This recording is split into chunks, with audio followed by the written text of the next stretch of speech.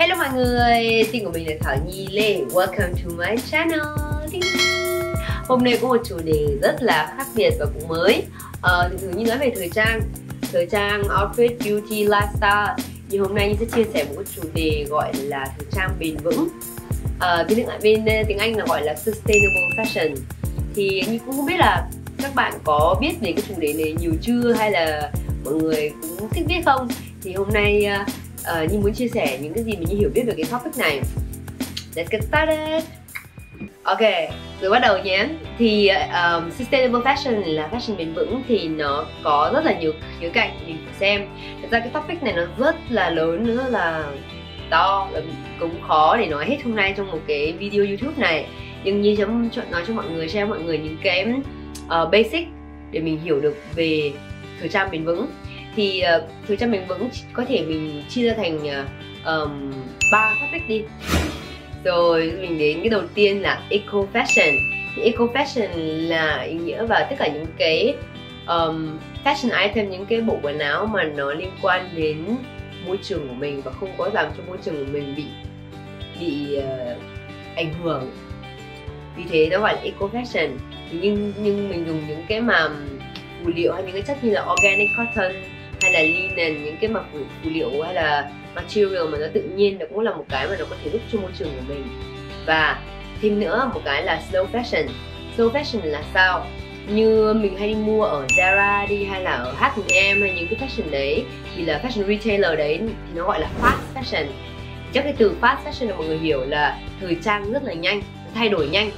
Thường như bên Zara là thời trang mấy cái collection của nó thay đổi trong 2 tuần. Thì cái đấy là fast fashion, là nó rất là nhanh, ra mẫu nhanh, mẫu thay đổi rất nhiều. Nhưng cái đấy nó sẽ không có là bền vững.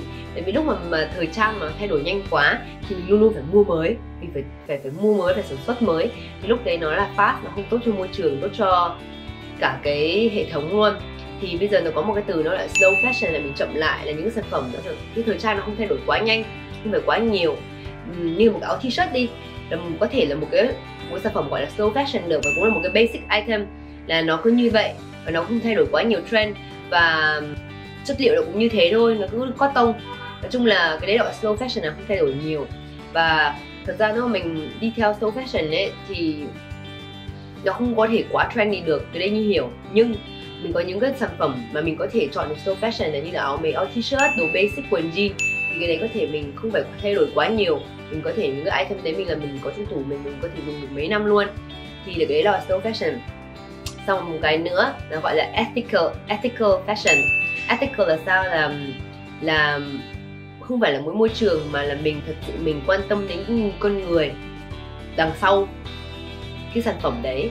Như là một cái áo phông đi, mọi người sản xuất, thì cái người mà lại sản xuất cái áo phông đấy, người ta có được trả tiền đủ không? Người ta có được trả tiền fair không? Người ta có được làm trong một môi trường mà an toàn không? Hay là cái xưởng sắp sửa sụp rồi, hay sắp sửa cháy?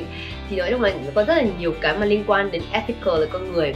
Hay là kiểu người ta có dùng kiểu trẻ con để làm việc không, để sản xuất không? Trẻ con 5 tuổi, 6 tuổi ngồi may, xong rồi để may mà áo phông cho mình mặc.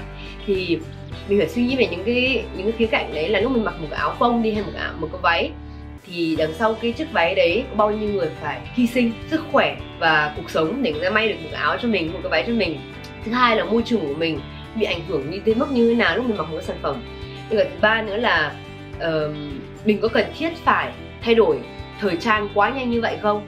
Hay là mình cũng có thể mình có những sản phẩm mà mình có thể dùng lâu dài hơn được. Thì cái đấy là những cái mặt khía cạnh mà như hôm nay Như muốn nói chuyện với mọi người ở trong cái video này. Rồi. Thật ra thì những cái công ty thời trang lớn như là mọi người biết H&M đi, cũng bắt đầu làm mới conscious collection mấy năm nay rồi. Conscious collection là collection nó gọi là có ý thức, thì ở ý thức với môi trường con người.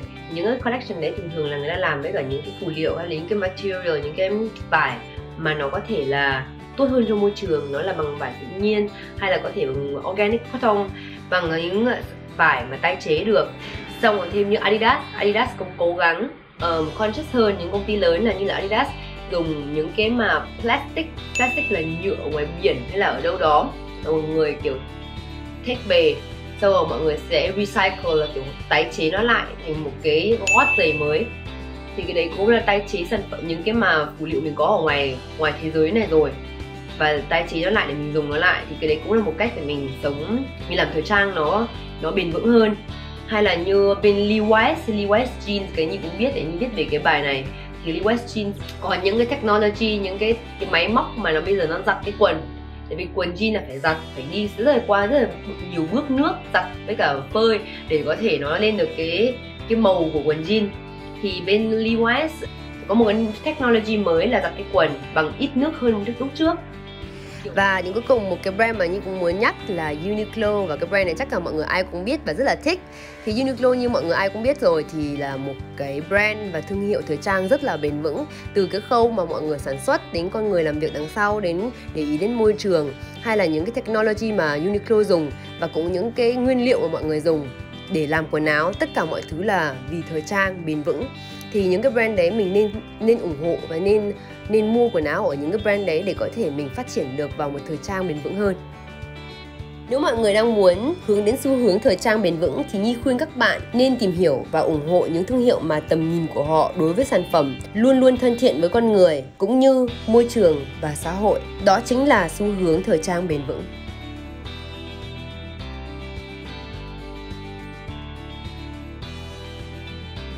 Và thêm nữa, những cái bộ mà như quần jean này, áo t-shirt, những cái đồ basic đấy mà mọi người mặc thường xuyên, thì thật ra tại sao mình không bỏ một số tiền lớn hơn một chút ra, mình đầu tư vào những cái sản phẩm đấy và mình dùng nó lâu hơn.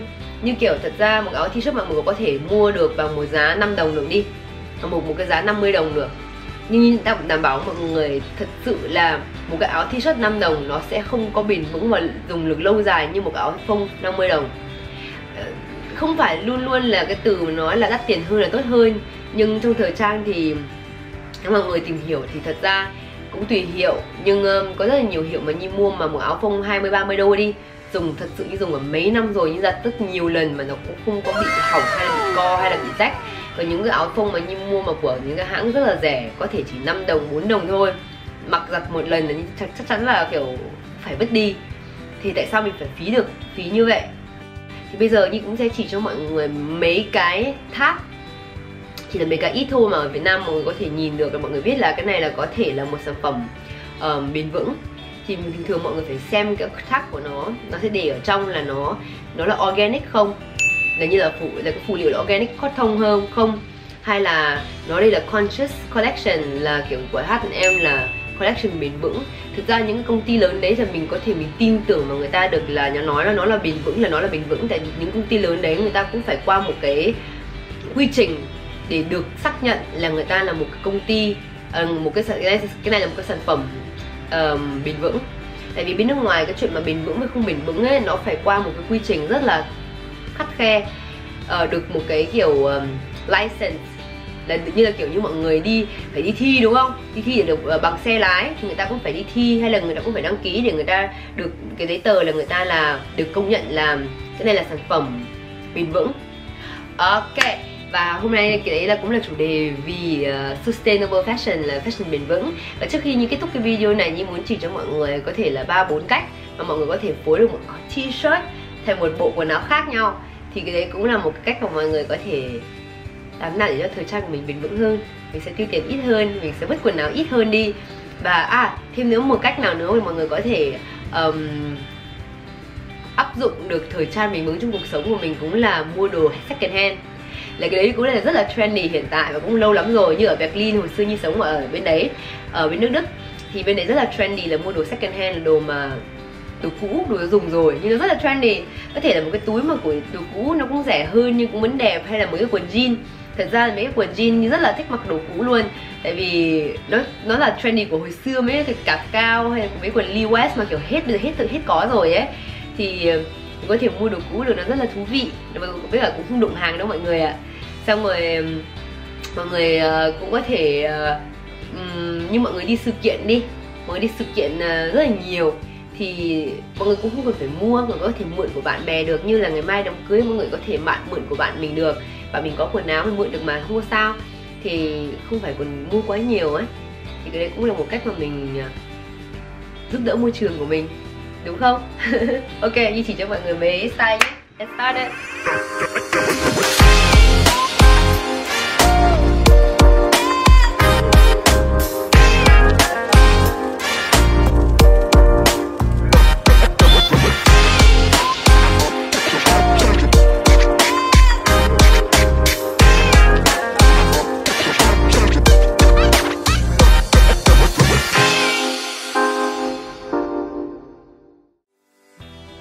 Rồi mọi người, như đã chỉ cho mọi người mấy option để mọi người có thể phối được một áo t-shirt.